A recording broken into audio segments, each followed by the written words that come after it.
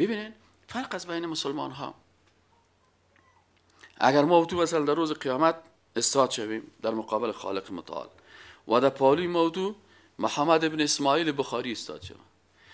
او هم گزارش کاری خدا بده، محبت خدا به خالق ابراز کنه و ما خودت هم به خاطر محبت خالق ابراز بکنیم. ما و تو اگر بیم بر خالق بگیم پروردگار چی کردی؟ والا من می روز جمعه رفتم دمی درس، عکس تام دیگه فیلم برداری شدن، دمی یک درس یک 50 دفعه خدا تو واز شدن. یگان اینکه فاجعه میگه که کمی استادم خو میبره، میگم کمی درس بگم با من خدا بریم بیادر بریم خوتان میبرن خوایتان پورا کنید. اما مثلا ما تو گزارش بدیم که ما چقدر امام مثلا محمد ابن اسماعیل بخاری که می صحیح البخاری رو نوشته کردن، او هم گزارش خدا بده بگه پروردگارا من تو را دوست داشتم. او میگه چه قسم مرا دوست داشتی؟ میگه من به خاطر یک حدیث پیغمبر تو که و ما ینطق عن الهوى ان هو الا وحی یوحى، یک حدیث پیغمبر صلی الله علیه و سلم به خاطر که من اینو نوشته بکنم و اینو من در کتاب بانم و مسلمان‌ها از این با خبر شون، اول خودم به او عمل بکنه، مدام ما به خاطر یک حدیث سفر میکردم. میبینید محبتا یک نفر 2 ماه از مثلا محمد ابن اسماعیل بخاری بر شکست میگفت که یک حدیث است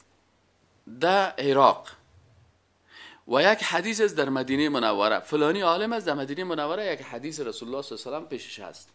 و یک عالم دیگه هست یک حدیث رسول الله صلی الله علیه و سلم در عراق پیشش است و برش میگه یک حدیث دیگه رسول الله صلی الله علیه و سلم است که برو در افغانستان که سابقی خراسان میگفتن در خراسان است. محمد ابن اسماعیل بخاری در اونمو شرایطی که نه موتر بود نه طیاره بود نه وسایل ترانسپورتی فیلی بود، او وقت وسایلش یا اسب بود یا شتر بود یا حیوانات دیگه بودن، اینال محمد ابن اسماعیل بخاری 2 ماه سفر میکرد و به بسیاری اوقات پای پیاده، یعنی میرفت گرسنه و تشنه و مشکلات و سختی ها و بالاخره در 2 ماه میرفت یک حدیث رسول اکرم صلی الله علیه و سلم پیدا میکرد و اوجه وضو میکرد و 2 رکعت نماز میخواند، متوجه هستین؟ و باز بعد از او امو حدیث میگرفت. اما ما و تو اینمیل صحیح البخاری در خانه خود داریم، در این بازار بریم مختصر صحیح البخاری ترجمه فارسی شو هم است، ترجمه پشتوی شو هم است. یک حدیث از احادیث رسول اکرم صلی الله علیه و سلم در بین خانه ما نیست و وقت نداریم که اونم حدیثی که اونا جمع کردن به چه سختی ها، کل عمر خدا، زندگی خدا، مال خدا، فرزند خدا، خانواده خدا، کلش قربان کردن به خاطر از اینکه احادیث رسول الله صلی الله علیه و سلم بر ما تو برسانه و ما تو هم میگه ما هم محبت داریم. میبینی فرق است بین ما و از اونا. ما یک حدیث رسول الله صلی الله علیه و سلم وقت خواندنش نداریم